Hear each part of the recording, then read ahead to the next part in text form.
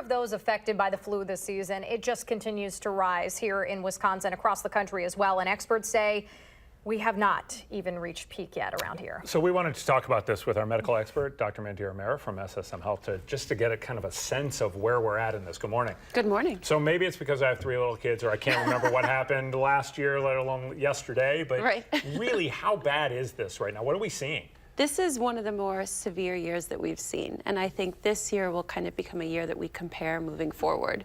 We'll say, oh, remember that year, the 2017-18 flu season. So it is more severe than years more recent. And some of the things that we're seeing, unfortunately, is the peak has been kind of later in the year, meaning now. Yeah. You know, normally by November, December, we start seeing the ERs flooded, the hospital beds running low, some ICUs filling up, but really that peak has happening now, and it's really knocking out families. I know we were just talking about that. So a lot of kids. You got a call to your clinic the other day.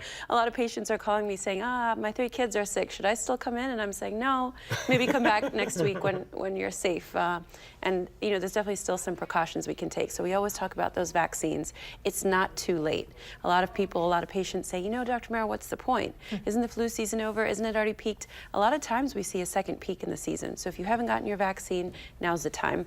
If you do have any flu symptoms, if you're not sure this is happening, immediately put on a mask. Of course, proper hand hygiene, staying away from sort of public areas. Do stay home from school or work if you're not feeling well. Talking to your doctor about other things like the pneumococcal vaccine. So the elderly, of course, over 65 are always at risk for other things like pneumonia. We're seeing a lot of hospitalizations also for people that are ending up in the ICUs, requiring ventilators, really high level of care. So talk to your doctor about what other vaccines, what other antiviral steps should I be taking. If we just recall, the flu really is a virus that can knock us out. It can be really mild or unfortunately can cause death. Yeah, and speaking of, we've been talking a lot about high-profile people coming out in this topic of mental illness, and this is a topic near and dear to my heart because of our Time for Kids, Time to Talk campaign.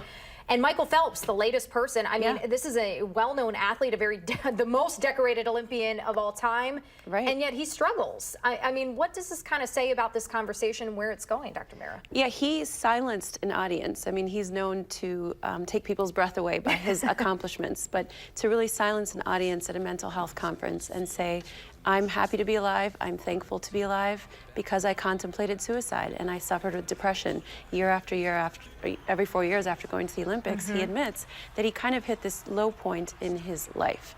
And so this does show us, and it does open up that conversation.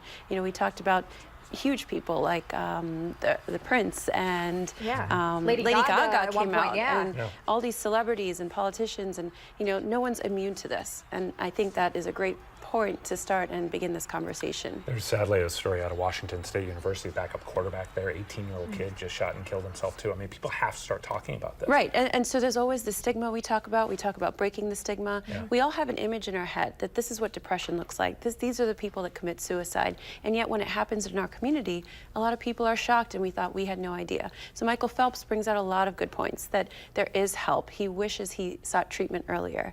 And he said, you know, I self-medicated.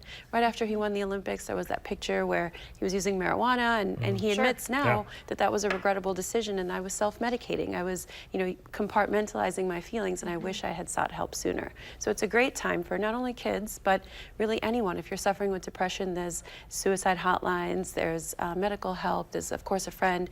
If you do know someone that is suffering from depression, that may be suicidal, the most important thing is don't leave them alone, number 1. Number 2, let them know they are not alone. And number 3, start getting resources. Reach out to your doctors, your medical community. There's always help available. Yeah, if you need help starting that conversation, channel3000.com. We have our Time for Kids page up. Thanks to a lot of our partnership with SSM Health. Thank you so much, Dr. Mehra. Great to be here. Always good to see you.